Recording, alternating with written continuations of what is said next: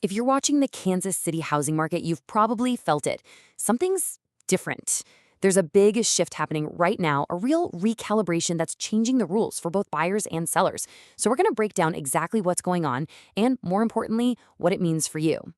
And, this entire story really starts with just one very powerful number, 45.2%.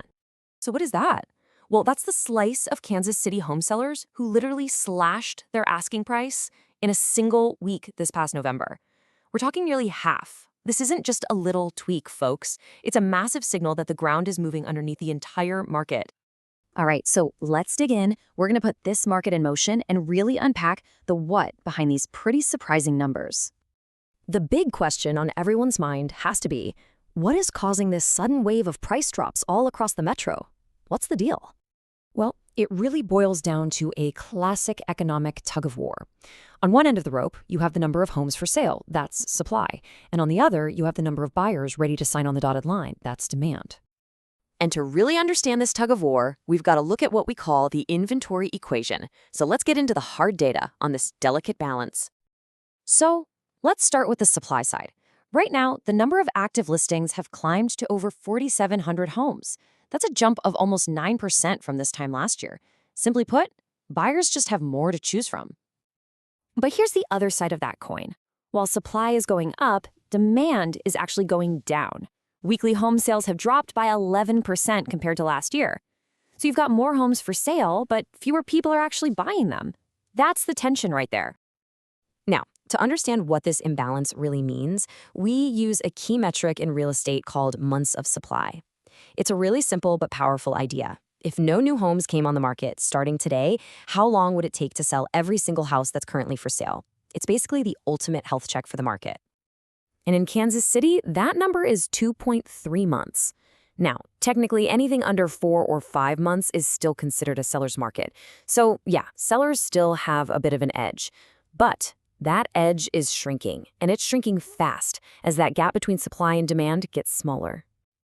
Okay, so what does a shrinking seller's advantage actually look like in the real world?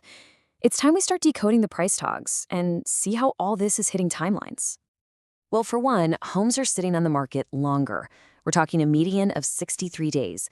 That's a full week longer than it took to sell a home last year, a 12.5% increase. And believe me, that extra week has a way of making sellers nervous. It forces them to rethink their price. But here's a really fascinating little twist.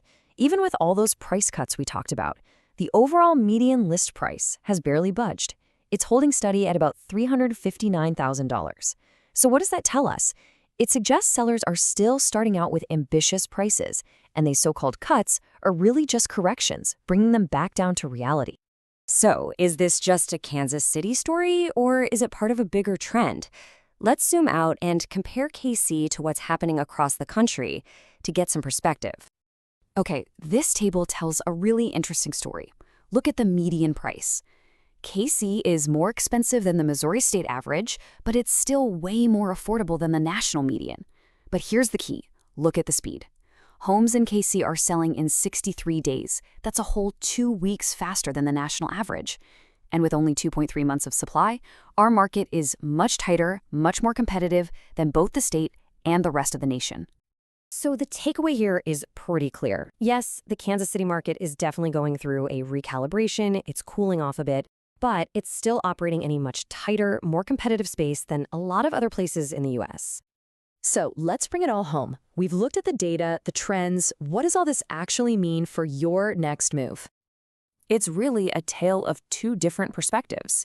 If you're a buyer, hey, this is good news. You've got more options and you have a little more power to negotiate than you did before. But for sellers, the message is loud and clear. You have to price your home correctly right from the start. That's not just a suggestion anymore. It's absolutely critical. This quote really sums it up perfectly.